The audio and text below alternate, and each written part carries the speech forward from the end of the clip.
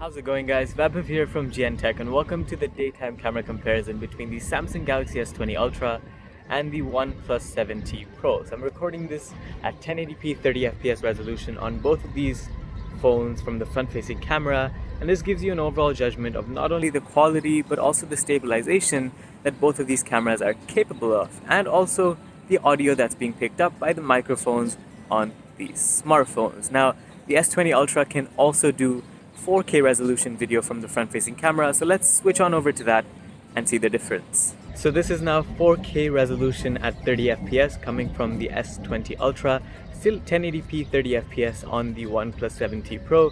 Again, just to give you guys the difference between the two cameras.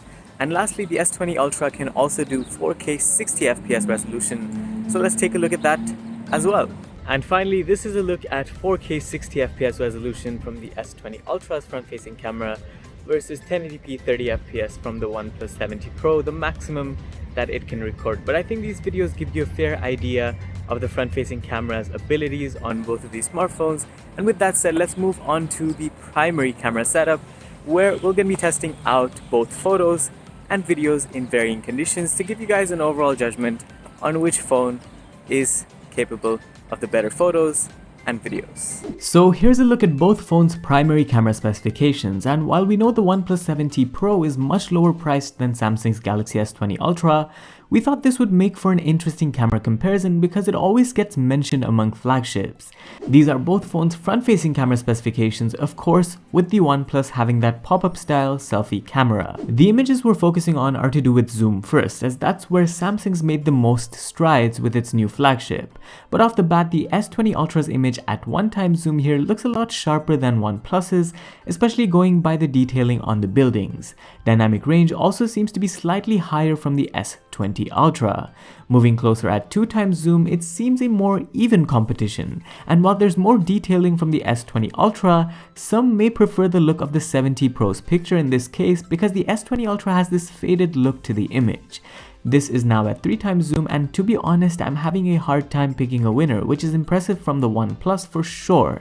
But zooming in further at 5x, the sample from the 7T Pro starts to get fuzzier, while the S20 Ultra maintains sharpness. And that's evident even more at 10x zoom, where Samsung's hybrid zoom kicks in, which is something that the 7T Pro does not have. Taking things further, the S20 Ultra can take photos at 30x, which is impressive and usable, but also at 50x and 100x zoom. And the samples for the 50x and 100x are more of a novelty than anything else. To put the S20 Ultra's scene optimizer mode to use, we use this sample. Without any AI, we see that the Samsung takes naturally saturated photos, but have a look at that soft background, which mimics how a DSLR would take a photo on the Samsung. With scene optimizer, there is more saturation to colors, making the image look more pleasing, and that's something that the OnePlus 7T Pro does not have. Back to a regular photo now, both phones handle things differently. While the S20 Ultra captures more detail and has the better dynamic range, the 7T Pro is better at nailing the photo's exposure levels, bringing out more detail in the darker regions of the photo. In this photo too, it's a similar story, with the OnePlus bringing out more detail in dark regions, but the S20 Ultra nailing the overall sharpness of the photo as well as detail.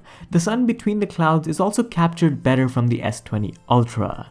Now, I took this picture primarily to test the ultra-wide lenses on both smartphones. It's evident here that the S20 Ultra's sensor is more detailed, but that's not to say that the 7T Pro's image is bad by any means. With the ultra-wide lens, there are some more obvious differences.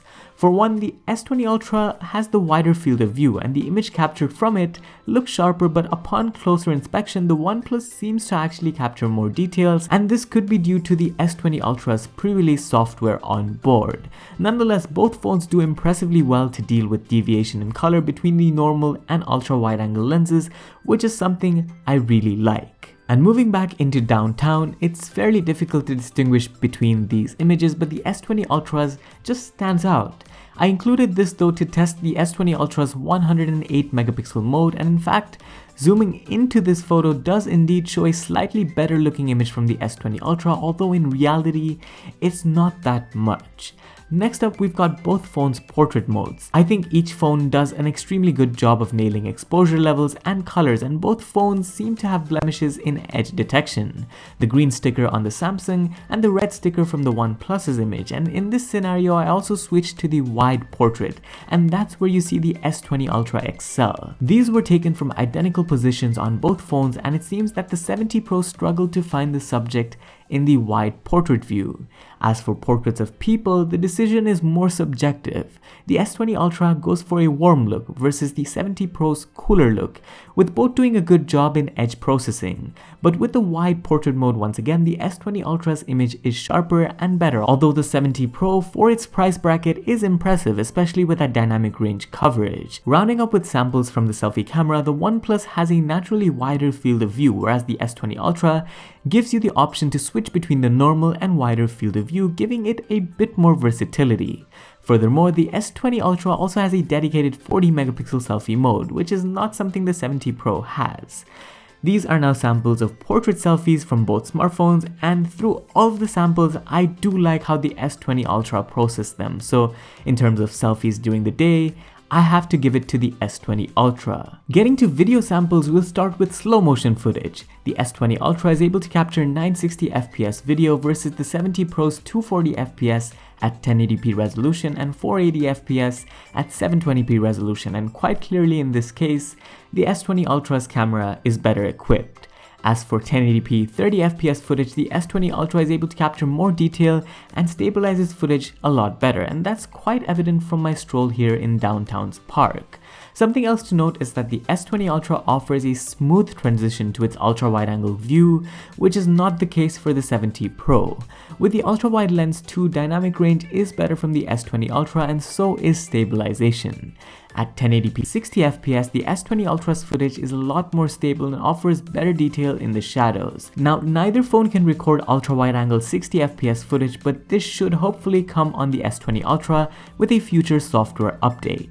Each phone also comes with its own rendition of super steady mode, and testing running samples with this, stabilization is impressive from both smartphones, although it's a tad bit better on the S20 Ultra, or I'd say more consistent. With the S20 Ultra, you can also record a less wide field of view with this mode, although the quality of footage takes a big hit, which we suspect is due to its pre-release software. Jumping to 4K 30fps samples now, once again the S20 Ultra is nailing it, although the 70 Pro to be keeping up so closely is impressive.